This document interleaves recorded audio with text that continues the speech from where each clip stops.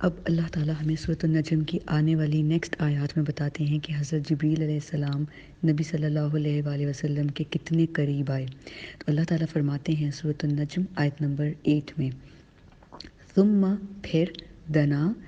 وہ نزدیک ہوا. دنا جو ہے کہتے ہیں قریب آنے کو، دنیا بھی اسی سے نکلا ہے کیونکہ یہ قریب کی زندگی ہے، اور آخرہ یا اخرہ کہتے ہیں بعد والی چیز کو. تو جو چیز ہمارے قریب ہو یا لویسٹ پلیس پہ ہو اس کو کہتے ہیں دنا. ادنا لفظ بھی اسی سے نکلا ہے،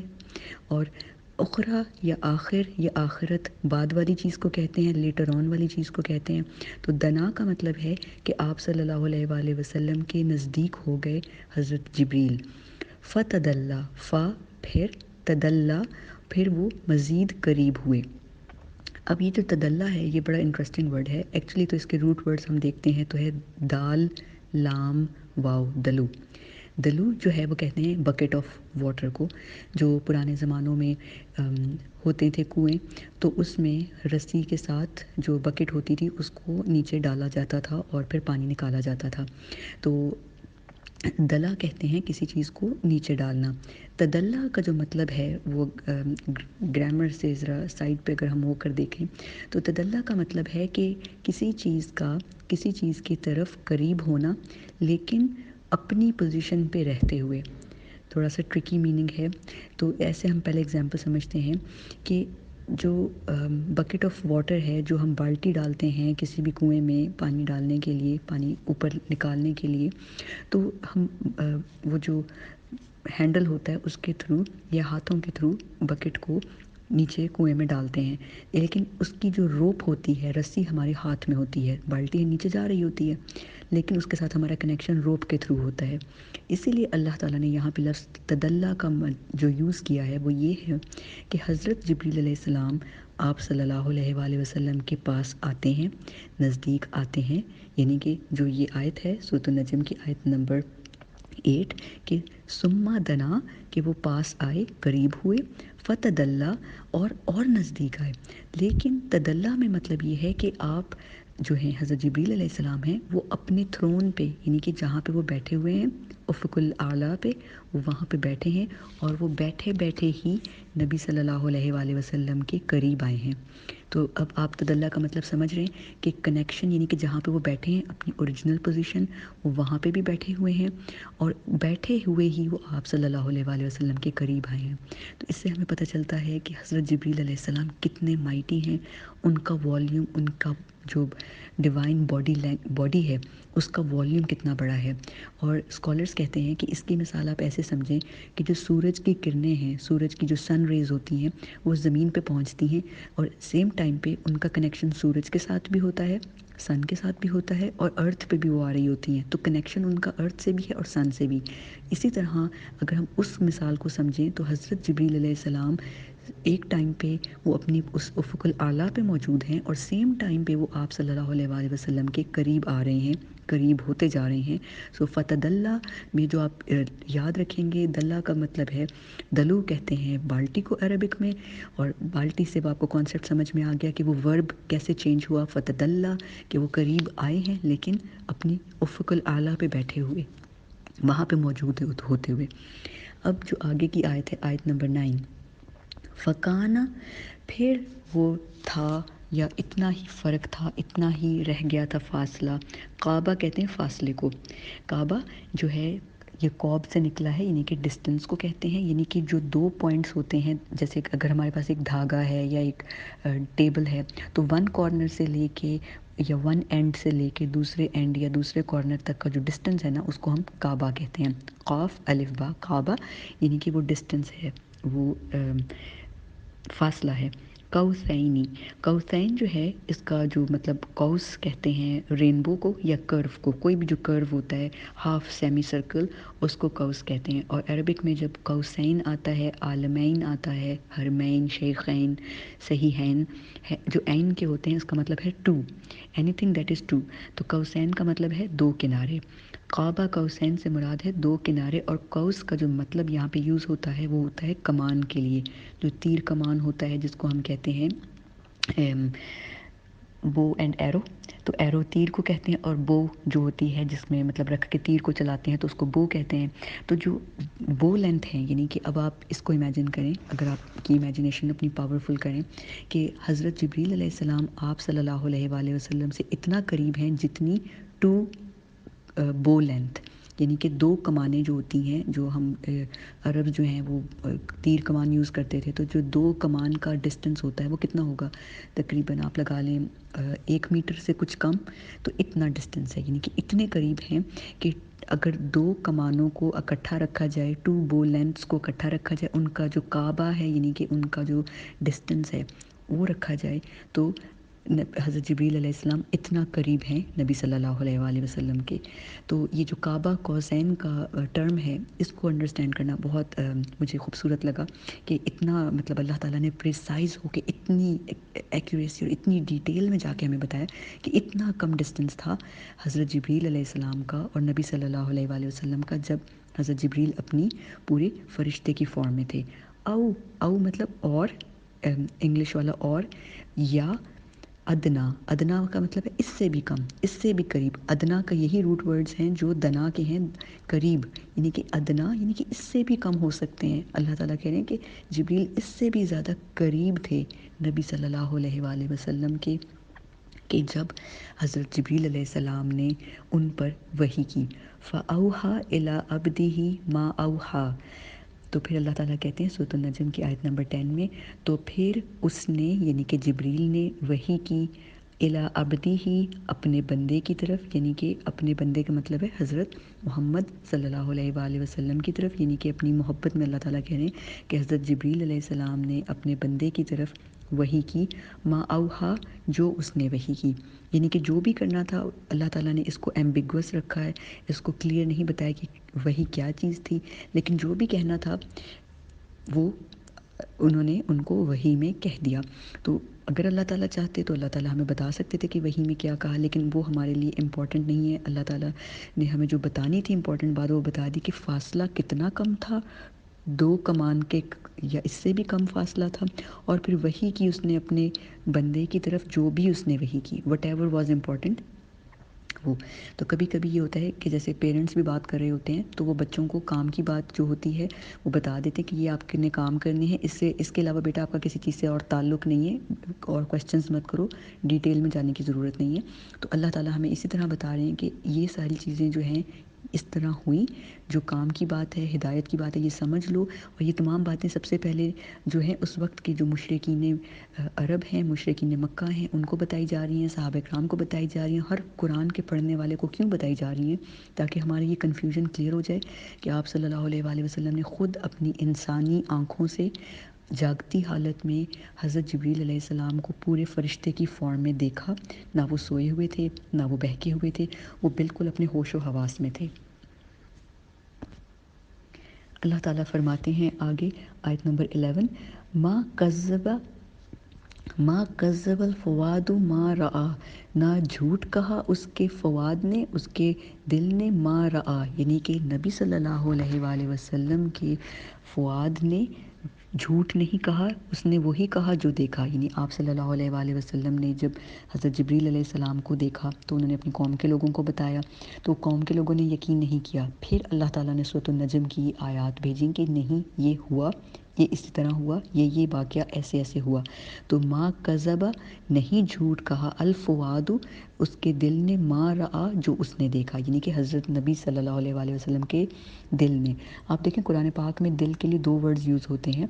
ایک ہوتا ہے قلب اور ایک ہوتا ہے فؤاد، یہ فواد نہیں ہے، فؤاد ہے۔ تو ایک لفظ یوز ہوتا ہے صدر، تو صدر سینے کے لیے یوز ہوتا ہے، صدر کہتے ہیں یعنی کہ جو چیسٹ کیویٹی ہے اس کو صدر کہتے ہیں، لیکن قلب اور فؤاد میں ہمیں ڈفرینس پتہ ہونا بہت ضروری ہے۔ قلب کہتے ہیں دل کی ایک عام حالت، جو ہمارا بایولوجیکل ہارٹ ہوتا ہے اس کی جو پوزیشن ہے، اس کی جو حالت ہے، ایک عام ہارٹ جو بلڈ پمپ کرتا ہے جس سے زندگی اور موت ہماری وابستہ ہے، وہ ہمارا قلب ہے۔ جو قرآن پاک میں فؤاد کا لفظ اللہ تعالیٰ خاص کہیں پہ یوز کرتے ہیں، اس کا مطلب ہے ایک دل کی وہ سٹیٹ جو بہت ایموشنل ہو، کبھی کبھی ایموشنلی ہم بہت ہائی فیل کر رہے ہوتے ہیں، خوش فیل کر رہے ہوتے ہیں، اور کبھی کبھی ہم بہت کنفیوزڈ ہوتے ہیں، گھبرائے ہوئے ہوتے ہیں، غمگین ہوتے ہیں۔ تو جب غمگین، پریشان، ایکسائٹیڈ، ہیپی جو ایموشنل سٹیٹ ہوتی ہے، اس کو وہاں پہ جب ڈسکرائب کرنا ہو تو وہاں پہ دل کے لیے جو لفظ استعمال ہوتا ہے وہ قلب یوز نہیں ہوتا، قلب کی بجائے وہ فؤاد یوز ہوتا ہے۔ تو کیونکہ آپ صلی اللہ علیہ وآلہ وسلم نے فرسٹ ٹائم حضرت جبریل کو اتنے قریب سے دیکھا، تو اللہ تعالیٰ بتا رہے ہیں کہ اس کے دل نے، بے شک ان کا دل، نبی صلی اللہ علیہ وآلہ وسلم کا دل اوور جوائڈ تھا، ایکسائٹیڈ تھا، ایک ڈفرینٹ اسٹیٹ میں تھا، لیکن انہوں نے جو بھی تم لوگوں کو بتایا اس نے جھوٹ نہیں کہا، اس نے اپنی آنکھوں سے جو دیکھا وہ بتایا۔ پھر اللہ تعالیٰ کہتے ہیں سورۃ النجم میں، افتمارونہ علی ما یرا، کیا تم اب بھی جھگڑا کرتے ہو جو اس نے دیکھا؟ ابھی بھی تم لوگوں کو یقین نہیں آ رہا؟ یعنی کہ اس زمانے کے جو عرب کے لوگ تھے، پہلے مخاطب اللہ تعالیٰ ان سے ہیں کہ کیا تم لوگ ابھی بھی جھگڑا کر رہے ہو؟ میں نے اتنا تم لوگوں کو بتا دیا ہے، اپنے نبی کو جس کو تم صادق اور امین کہتے ہو، تم اس پہ یقین نہیں کر رہے ہو کہ اس نے فرشتے کو دیکھا ہے؟ اور اس کے بعد یہ کلام اللہ تعالیٰ کا ہم سب سے ہے۔ وہ لوگ جو کنفیوژن کا شکار ہوتے ہیں کہ آپ صلی اللہ علیہ وآلہ وسلم نے حضرت جبریل کو نہیں دیکھا، یا کب دیکھا، یا کیسے دیکھا، کیسے ہو سکتا ہے کہ ہم انسان دیکھ سکیں، تو یہ تمام کنفیوژنس کا جواب ہے اللہ تعالیٰ جو کہہ رہے ہیں کہ تم لوگ کیوں جھگڑا کرتے ہو؟ کیونکہ اللہ تعالیٰ خود قسم کھا رہے ہیں ستارے کی ان سورۃ النجم کی پہلی آیت میں، اور پھر اب اللہ تعالیٰ دوبارہ قسم کھاتے ہیں، اور یہ جو قسم ہے وَلَقَدْ، اسے ثلاثہ مؤکدہ کہتے ہیں، یعنی کہ 3 دفعہ قسم کھائی گئی ہے، وَلَقَدْ، وَلَقَدْ۔ تو اللہ تعالیٰ آیت نمبر 13 میں کہتے ہیں وَلَقَدْ رَآهُ نَزْلَةً أُخْرَى۔ اب اللہ تعالیٰ پھر کہہ رہے ہیں کہ حضرت محمد صلی اللہ علیہ وآلہ وسلم نے حضرت جبریل علیہ السلام کو ایک دفعہ پھر دیکھا۔ تو سورۃ النجم کے اندر حضرت جبریل علیہ السلام کے آپ صلی اللہ علیہ وآلہ وسلم کی جو ملاقات کے واقعات ہیں وہ دونوں مینشنڈ ہیں، جس میں آپ صلی اللہ علیہ وآلہ وسلم نے حضرت جبریل کو فل اینجل کی فارم میں دیکھا، پورے فرشتے کی فارم میں دیکھا۔ اس سے پہلے سورۃ النجم سے پہلے کئی مرتبہ آپ صلی اللہ علیہ وآلہ وسلم حضرت جبریل جو ہیں، حضرت جبریل آپ صلی اللہ علیہ وسلم کے پاس بہت دفعہ آ چکے ہیں پہلے، لیکن وہ آتے تھے ایک غائبانہ فارم میں، نظر نہیں آتے تھے، یا ایک انسانی فارم میں آتے تھے۔ موسٹ آف دا ٹائم وہ غائب ہوتے تھے، وحی کا جو سلسلہ ہے، وحی جو منتقل ہوتی تھی، جو وحی کی جاتی تھی، اس میں آپ صلی اللہ علیہ وآلہ وسلم حضرت جبریل علیہ السلام کو نہیں دیکھ پاتے تھے۔ لیکن انسانی فارم کے علاوہ جو فرشتے کی فارم ہے، اس میں آپ صلی اللہ علیہ وآلہ وسلم نے حضرت جبریل علیہ السلام کو صرف 2 دفعہ دیکھا۔ اس کے بارے میں ہم سب مسلمانوں کا کانسیپٹ کلیئر ہونا بہت ضروری ہے۔ پہلی دفعہ غار حرا سے اترتے ہوئے افق الاعلیٰ پہ، اور سیکنڈ ٹائم اب اللہ تعالیٰ ہمیں بتا رہے ہیں کہ سیکنڈ ٹائم جو دیکھا وہ اللہ تعالیٰ کے نبی صلی اللہ علیہ وآلہ وسلم نے حضرت جبریل علیہ السلام کو وہ واقعہ معراج پہ دیکھا تھا، پوری اینجل فارم میں تب دیکھا تھا۔ اور اس کا بھی اللہ تعالیٰ اب ہمیں بتاتے ہیں آیت نمبر 13 میں، اللہ تعالیٰ کہتے ہیں وَلَقَدْ، اور کنفرم بات ہے، تحقیق، فار شور، رآہ، اس نے دیکھا، یعنی کہ محمد صلی اللہ علیہ وآلہ وسلم نے دیکھا، نزلتاً اخری، یعنی کہ دوسری دفعہ ان کو پوری فارم میں دیکھا، حضرت جبریل کو، اس کو یعنی کہ حضرت جبریل علیہ السلام کو دیکھا، عند، نزدیک، سدرۃ المنتہا، سدرۃ المنتہا کے پاس۔ اور یہ سدرۃ المنتہا کو ہم سب جانتے ہیں کہ آپ صلی اللہ علیہ وآلہ وسلم جب حضرت جبریل علیہ السلام کے ساتھ واقعہ معراج جب ہوتا ہے، وہاں پہ آسمانوں پہ جاتے ہیں جب، تو وہاں پہ ایک تمام آسمانوں کو کراس کرنے کے بعد 1 سے لے کے 7 آسمان کراس کرنے کے بعد جب سدرۃ المنتہا پہ پہنچتے ہیں، تو وہاں پہ جا کے حضرت جبریل علیہ السلام بتاتے ہیں آپ صلی اللہ علیہ وآلہ وسلم کو کہ یہاں پہ میری لمٹس ہیں، اس سے آگے مجھے اجازت نہیں ہے کہ میں جا سکوں۔ تو وہ جو جگہ تھی سدرۃ المنتہا، جو ایک درخت ہے بیری کا، اور منتہا جو ہے نون ہا یا نہا سے مراد ہے کہ لائک پروہیبٹڈ، اس کے آگے جانے کی اجازت نہیں ہے۔ نہیں کا مطلب ہے یعنی کہ اس سے آگے نہیں جا سکتے، یہ انتہا ہے، تو منتہا یعنی کہ انتہا ہے، اس سے آگے نہیں جا سکتے حضرت جبریل علیہ السلام۔ یہ خاص قسم کا درخت ہے سدرۃ المنتہا کی، ایک الگ ڈسکرپشن ہے، یہ خیر ایک الگ ٹاپک ہے، جس میں اللہ تعالیٰ پھر ہمیں آگے ان آیات میں بتاتے ہیں 15 اور 16 میں، اندہا جنت المأویٰ، اس کے نزدیک ہے جنت المأویٰ۔ اور یہ جو جنت المأویٰ ہے، اس کے بارے میں ہمیں پتہ چلتا ہے کہ جو اسکالرز ہیں حدیث کے اور تفسیر کے، وہ بتاتے ہیں کہ سدرۃ المنتہا وہ جگہ ہے جہاں پہ خاص اللہ تعالیٰ کا، اس کے اوپر اللہ تعالیٰ کا عرش ہے، اور سدرۃ المنتہا کے نیچے جنت الفردوس ہے۔ تو سدرۃ المنتہا جو ہے وہ بہت ہی خاص پوزیشن ہے، اور سدرۃ المنتہا کے بالکل نیچے جنت الفردوس ہے، جس کے بارے میں نبی صلی اللہ علیہ وآلہ وسلم نے بتایا کہ جو ہائیسٹ جنہ ہے وہ جنت الفردوس ہے۔ تو جب بھی اللہ تعالیٰ سے مانگو تو جنت الفردوس کی خواہش کرو اللہ تعالیٰ سے، اس کا سوال کرو۔ تو اللہ تعالیٰ سدرۃ المنتہا کو تھوڑا سا ڈیفائن کر کے ہمیں بتاتے ہیں کہ یہ وہ سدرہ ہے جہاں پہ جنت المأوا ہے، آرائش ہے، گاہ ہے، بہت ہی کمفرٹیبل ایریا ہے، بہت ہی ایک کمفرٹ زون ہے، اور یہاں پہ ہمیشہ رہنے والی جنت ہے۔ اور اس یغشا سدرۃ ما یغشا، اللہ تعالیٰ کہتے ہیں آیت نمبر 16 میں کہ وہاں پہ چھا رہا تھا، یعنی اس سدرہ درخت کو کہتے ہیں، اس درخت کے پاس چھا رہا تھا جو بھی چھا رہا تھا۔ اب وہ کیا چھا رہا تھا یہ اللہ تعالیٰ نے نہیں بتایا۔ تو یہ جو آیات ہیں جس میں اللہ تعالیٰ کہتے تھے ماں what ever what so ever, انہیں کہتے ہیں آیات متشابہات، یعنی کہ ہمیں ان میں شبہ میں نہیں پڑھنا۔ یہ یعنی کہ ایسی آیات ہیں جن کا ہم کلیئرٹی سے کچھ نہیں کہہ سکتے، یہ غیب کا علم ہے، تو اس کا ہماری ہدایت سے تعلق نہیں ہوتا، اس لیے ان کے پیچھے پڑھنا کہ سدرۃ المنتہا کے درخت کے پتے کیسے ہیں، اور وہ ٹال ہے، وہ کتنی ہائٹ کا ہے، یا کیا اس کی ڈسکرپشن ہے، ہمیں اتنی پھر اس کی ڈسکرپشن میں یا ڈیٹیلز میں جانے کی پھر ہمیں اجازت بھی نہیں ہوتی اور ضرورت بھی نہیں ہوتی۔ تو اللہ تعالیٰ نے ہمیں سدرۃ المنتہا کے بارے میں بتایا، اور اس کے بعد جو اگلی آیات ہیں وہ صرف میں یہاں پہ اینڈ کروں گی کہ اللہ تعالیٰ نے نبی صلی اللہ علیہ وآلہ وسلم کی شان میں ہمیں بتایا، آپ صلی اللہ علیہ وآلہ وسلم کی یہاں پہ دو چیزوں کی اللہ تعالیٰ بیسیکلی ہمیں کنفرمیشن کر رہے ہیں کہ بلکہ تین چیزوں کی کنفرمیشن کریں۔ پہلی بات تو یہ کہ آپ صلی اللہ علیہ وآلہ وسلم سچے نبی ہیں، وہ کوئی بہکے ہوئے یا بھٹکے ہوئے نہیں ہیں۔ پھر اللہ تعالیٰ دوسرا پوائنٹ جو کلیئر کر رہے ہیں کہ آپ صلی اللہ علیہ وآلہ وسلم نے حضرت جبریل علیہ السلام کو اپنے پورے ملک یا فرشتے کی فارم میں 2 دفعہ دیکھا۔ اور تیسری بات جو اللہ تعالیٰ کنفرم کر رہے ہیں وہ اللہ تعالیٰ نبی صلی اللہ علیہ وآلہ وسلم کا واقعہ معراج کنفرم کریں کہ اس طرح آپ صلی اللہ علیہ وآلہ وسلم سدرۃ المنتہا پہ گئے، وہاں پہ حضرت جبریل کو دیکھا۔ سدرۃ المنتہا میں کچھ چیزیں تھیں جو کور کر رہی تھیں کچھ چیزوں کو، وہ کیا تھیں صرف اللہ تعالیٰ جانتے ہیں۔ پھر اب اللہ تعالیٰ حضرت محمد صلی اللہ علیہ وآلہ وسلم کی شان میں کہتے ہیں آیت نمبر 17 اور 18، ما زاغ البصر وما طغى، نہ اس کی نظر یعنی آپ صلی اللہ علیہ وآلہ وسلم کی نظر نہ زاغا، یعنی کہ زاغا یزیغو یعنی کہ وہ بھٹکی یا وہ ڈیویٹ ہوئی، ڈسٹریکٹ ہوئی، یعنی کہ جتنا ان کو جو دکھایا گیا وہ اتنے ہی ٹریک پہ رہی۔ وما طغى، اور اس نے طغیانی نہیں کی، وہ بڑھی نہیں، وہ اپنی حد سے زیادہ نہیں بڑھی،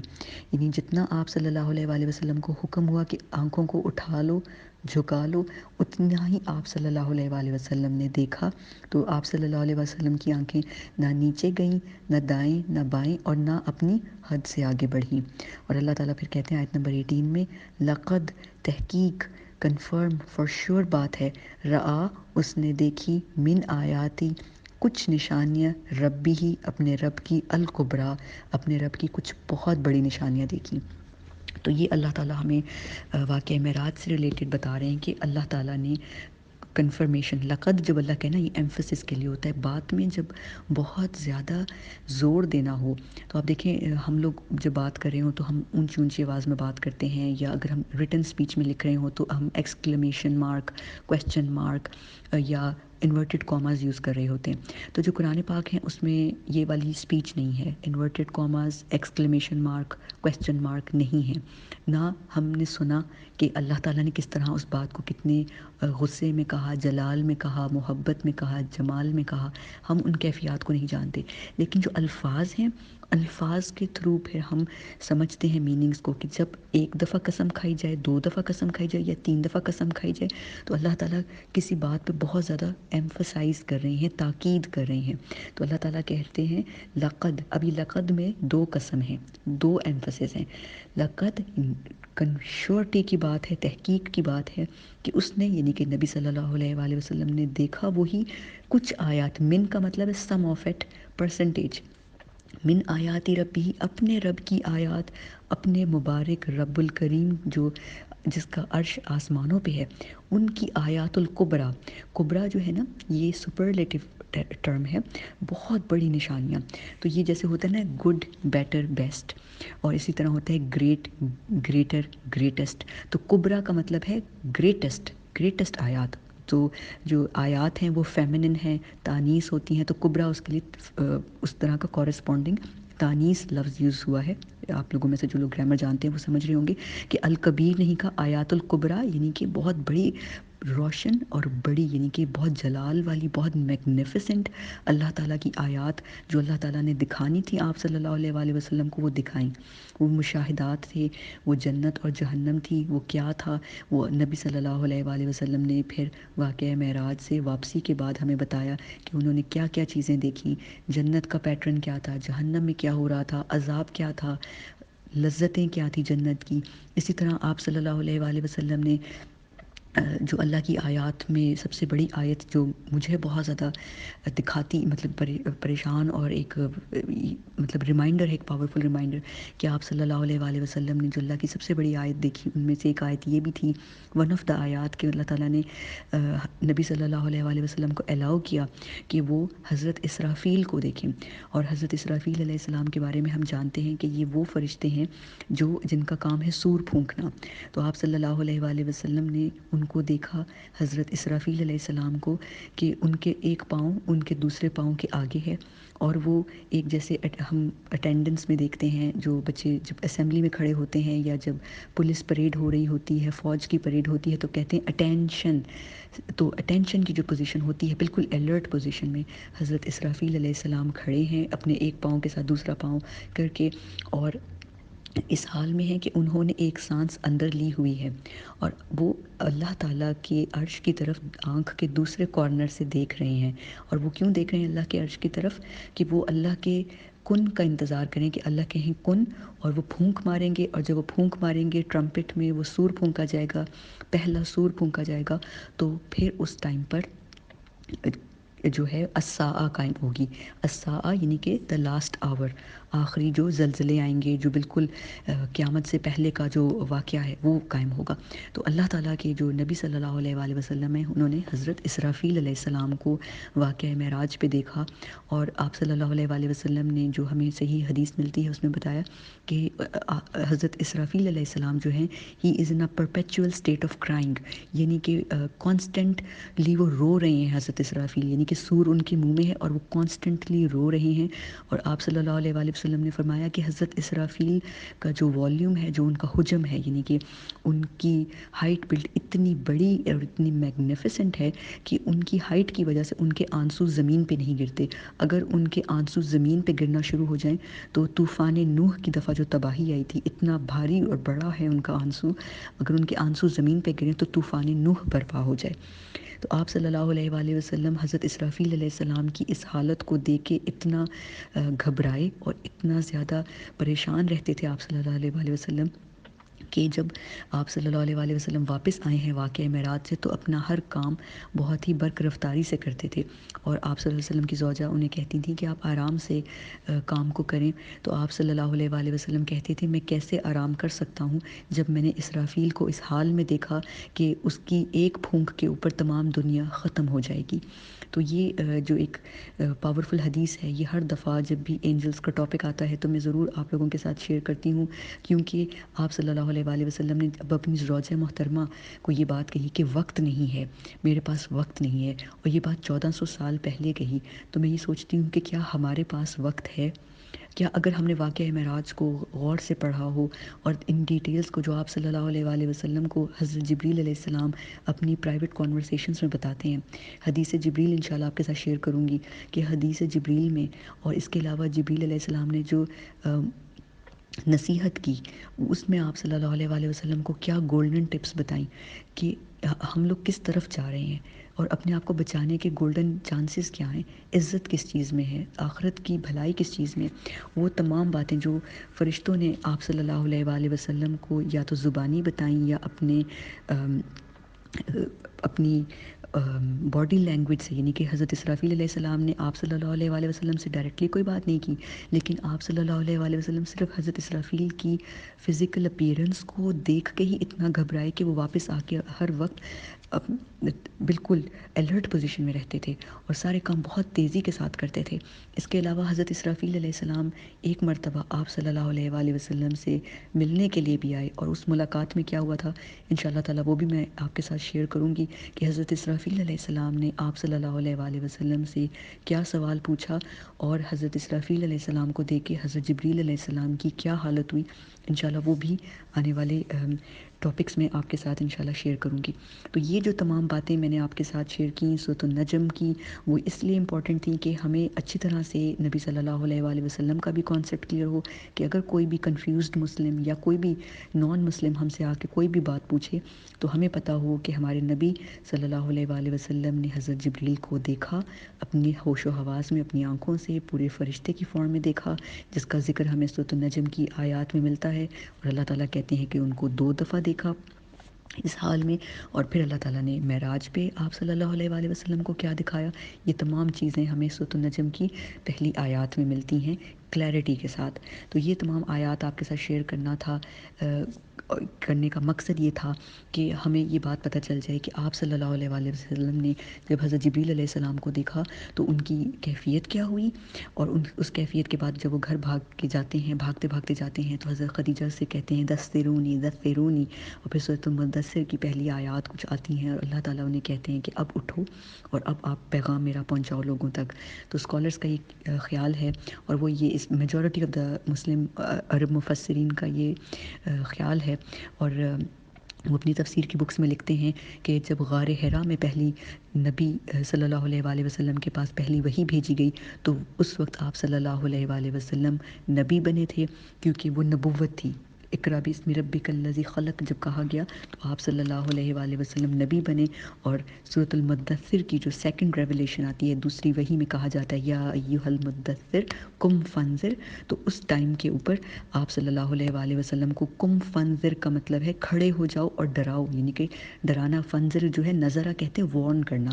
ڈرانا تو ہوتا ہے کسی کو بہت ہی زیادہ گھبرا دینا، ڈرانا، لیکن فنذر میں نظرہ یا نذیر میں جو انذار ہے اس سے مراد ہے کہ وارن کرنا، کہ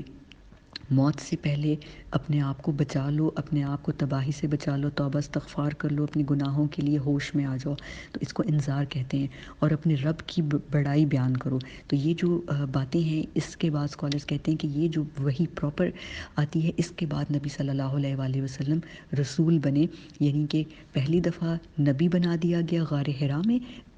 اور اس کے بعد اب جو آرڈر مل گیا ہے، رسول پیغام لے کے آئے ہیں، وہ ہے قم فانذر سے آپ صلی اللہ علیہ وآلہ وسلم رسول بنے۔ تو یہ کچھ باتیں ہیں جو تفسیر کے اسکالرز اپنی بکس میں لکھتے ہیں۔ اگین یہ بات میں ضرور کلیئر کروں گی کہ جو تفسیر ہوتی ہے وہ 100% انسان کا کلام ہے، اور انسان کی، ایک مسلمان کی، ایک سچے مومن کی